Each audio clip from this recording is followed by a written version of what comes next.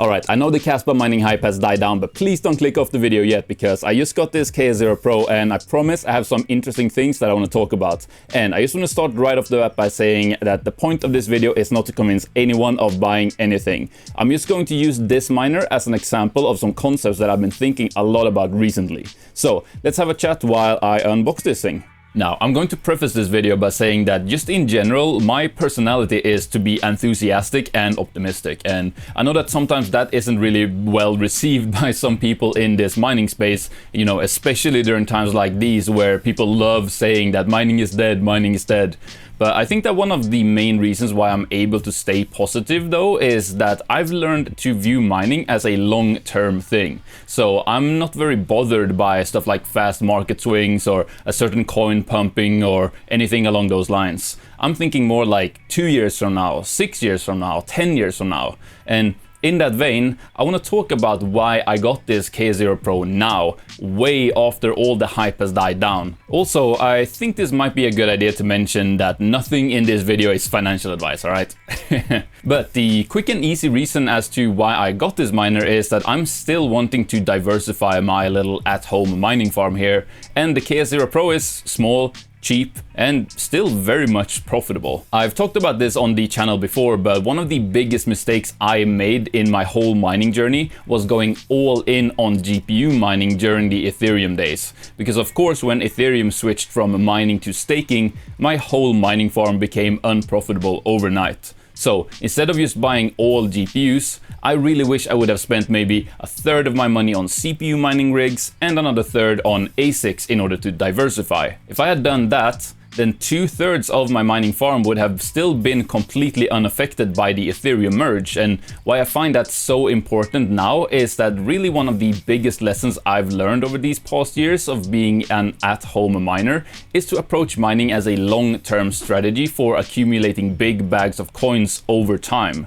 And the best way of doing that isn't to jump on something super quickly when it's insanely profitable, but rather just to have a good, stable farm that is at least slightly above break-even in terms of profitability, on average, for multiple years in a row as you slowly grow your bags. And just by looking historically, mining profitability fluctuates. Some periods GPU mining is super profitable while CPU mining is negative. Sometimes certain ASIC algorithms really pop off while GPU mining is quote unquote dead. And if you kind of just accept this as the nature of crypto mining and diversify your mining equipment so that you can always, well, hopefully at least have something in your farm running profitably, as well as just be comfortable knowing that there will be periods where you will have to turn some other parts of your farm off, then you have the potential to build massive bags in the long run. And if you've been following along my videos for the past year or so, you know that I've been working on specifically diversifying my farm as best I can now during this bear market while hardware prices are still cheap.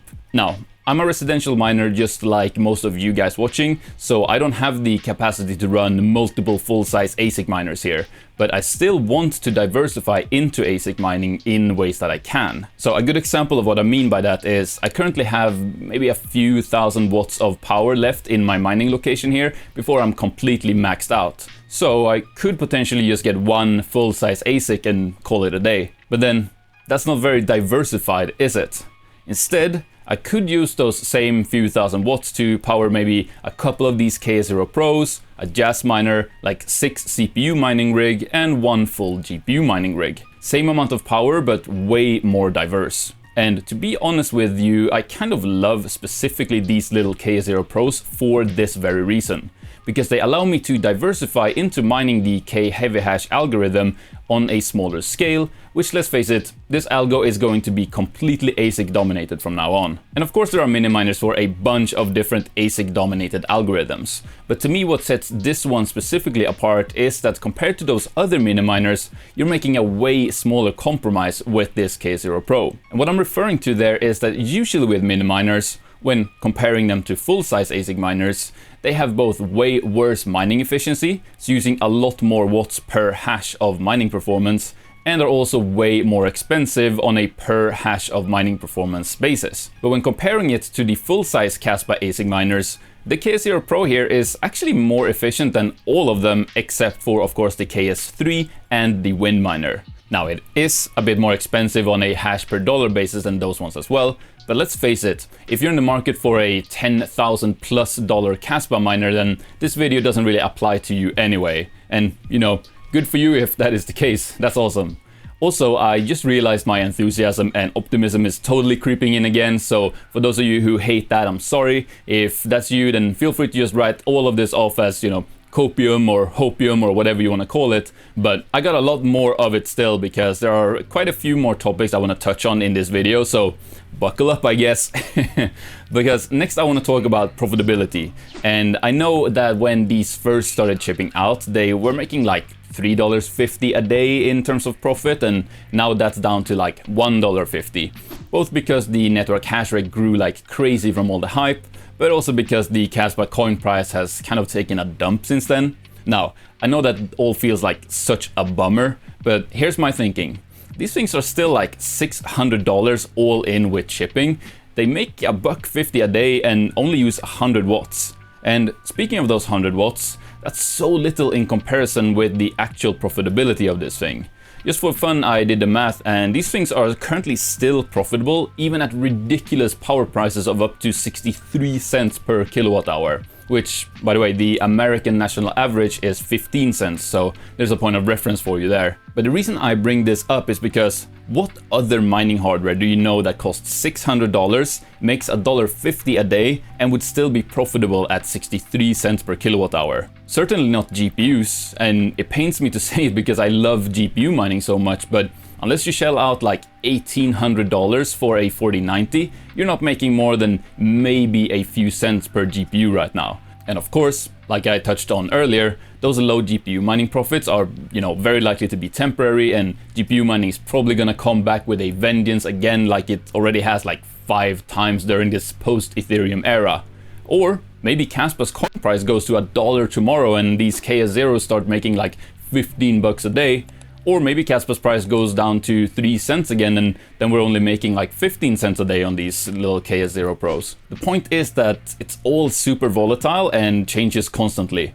But if you got a diverse farm, you can kind of just weather that storm, so to speak. Because hopefully, you'll always have at least something in your farm that'll be profitable. I also want to talk a bit about some general concepts of predicting future profitability of these things. Now, I'm definitely not going to make any sort of stern predictions here.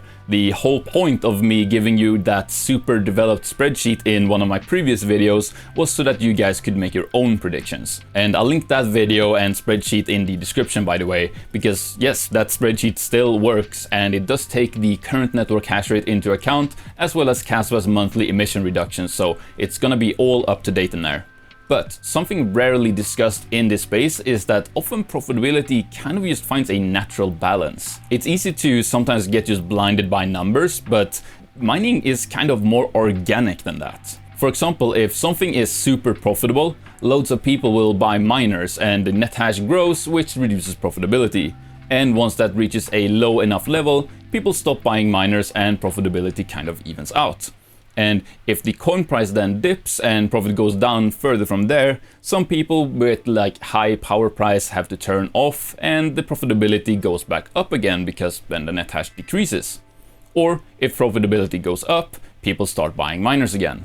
So with Kaspa's emission schedule, basically what we see is that every 12 months we're yielding half the amount of coins, all else equal. So disregarding network hash rate growth just for a second, Kaspa just needs to hit 20 cents in terms of coin price for profitability to be exactly the same a year from now as it is currently. Of course, the net hash can grow, but also I want you to remember net hash affects profitability in a logarithmic way. Meaning the more it grows, the less of an effect it actually has on profitability. Think of it this way. In late November, when most people got these KS0 Pros and they were making like $3 a day, net hash was roughly 75 petahash. Now net hash is a little more than twice that, and we're making about $1.50 a day. So 75 extra petahash of network hash rate brought us down from $3 to $1.50. But to halve our profit like that again, it doesn't take another 75 petahash, it would take an extra 150 petahash. And even then, that would only lose us 75 cents of profit a day, not $1.50. So it takes twice as much extra network hash rate to reduce profitability by half as much as before. But what about the coin yield, right? Because when net hash grows and emissions are reduced, it doesn't matter if coin price goes up to even out the profitability because we're yielding less coins. Well, while that is true if all you ever want is Kaspa, what if you want to also build a diverse crypto portfolio? Because here's the thing. Mining equipment is basically just magic boxes that let you buy crypto at a discount. At my power rate, this KS0 Pro costs about 30 cents to run each day, and as mentioned, it mines about $1.50 a day. So in other words, I'm paying 30 cents to receive $1.50 worth of crypto daily. And maybe I use that Kaspa I mine every day to swap into a different coin that I would rather hold. Or if I'm lazy and don't want to create a taxable event, I might use something like Unmineable to directly get my mining profits paid out in a different coin. The point is that for me, this KS0 Pro isn't a tool for me to stack Kaspa with. It's a machine that lets me buy any crypto I want at a discount. It's a little box that gets me $1.20 of any coin I want for free every day. So I don't really care about how much Kaspa this thing will mine. All I hope is that it will stay profitable long enough to be worth the initial investment. So, am I saying that I know for certain that this is going to be the case with my KS0 Pro here? No, of course not. I have no idea. But the potential for that to be the case definitely is there. It certainly is possible. It just has to, on average, make about $1 per day of the power for a little over a year and a half. And maybe it won't. Or maybe it'll make 30 times that if Kaspa goes crazy. But if I have a couple of these, a few other small ASIC miners, some CPU rigs, some GPU rigs, then maybe some of the hardware won't ever break even. But some might pay themselves back like 20 times over, making my whole farm super worth it in the end. Or maybe everything kind of just about pays itself back. Well, then at least I had fun building and managing my farm. Or maybe nothing ever breaks even, and then, well, it didn't matter what I had bought because it would have all been a total waste then anyway. But because I can't tell the future, I don't know what hardware is going to be the most profitable in the long run. So all I can do is try to diversify in as smart of a way as possible. And that is why I got this KS0 Pro. Not because I know for sure that this thing is going to pay itself back multiple times over. It could, but the reason I got it is because it fits very well into a diversified farm where the end goal is to stay at least slightly profitable for a long period of time to slowly build up massive bags of loads of different coins. Well, that is my opinion at least. Now, if for some reason this video actually did convince you to get one of these, I will leave an affiliate link and a discount code for it down in the video description if you do want to support the channel at no extra cost to you. Just know that that was never the point of this video. Rather, I just wanted to have a sort of sobering conversation about kind of taking a step back, seeing past both the hype and the doom and gloom, and focus on what your actual long-term goal is. But with that said, I think we're going to end this video with a quick word from our sponsor. So thank you so much for watching. Please give the video a like if you found it helpful or entertaining. And oh, also, I'm working on something super special for you guys that will be completely free here on the channel. It will come out sometime during this year, so please subscribe if you haven't already and if you don't want to miss that. But yeah. Thanks for watching again, and here's a word from our sponsor. This next portion of the video is sponsored by Coin Mining Central. Coin Mining Central is an online store for ASIC miners, and there's no doubt that right now, ASIC mining is by far looking like the most profitable type of mining, and the miners that I'm personally most interested in right now would probably be the Bitmain L7 and E9 Pro, as well as the Jasminer X16Q. And what's cool about Coin Mining Central is that they always offer free worldwide express shipping, and I've always felt fully comfortable recommending them to you guys, and here's why. As opposed to most other ASIC vendors that are based overseas, Coin Mining Central is based and run out of England, Europe, where they have to adhere to the very strict regulations for customer support and personal detail protection that we have over here. And of course, all brand new miners come with a full manufacturer warranty as well. And because of this, Coin Mining Central has been a highly trusted ASIC miner store for miners like you and me for over 5 years at this point. They also care about this community, being very active and reachable on social media, and they've also provided loads of exclusive discount codes for you guys that you can use together with the link in the video description to save big on any miner that you want to get. And speaking of prices, I don't know if you've noticed, but ASIC prices have been dropping dramatically these past few months, so right now could be be a very good time to stock up on some cheap hardware before the crypto market recovers, especially considering you get the already competitive pricing that Coin Mining Central has, plus the free worldwide shipping, plus the exclusive discount codes that I mentioned. So go check that out today. I'll have all of those discount codes and the exclusive link for you down in the video description. Thank you Coin Mining Central for sponsoring that part of the video.